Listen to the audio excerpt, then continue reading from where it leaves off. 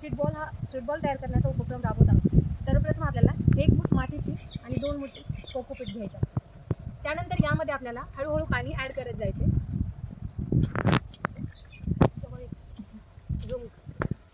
हे सर्व मिश्रण आपल्याला एकदम व्यवस्थितरित्या एकत्र करून घ्यायचे.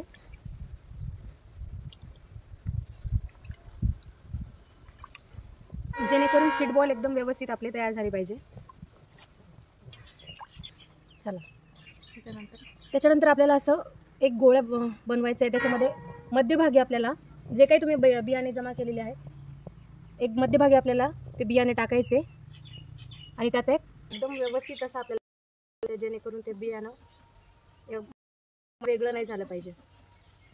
हा झाला सीड बॉल तयार.